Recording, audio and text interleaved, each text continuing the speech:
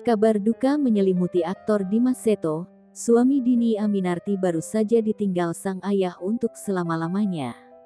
Ayah dari Dimas Seto, Syafruddin bin Rahmat Latif meninggal dunia pada Sabtu, tanggal 21 Mei tahun 2022.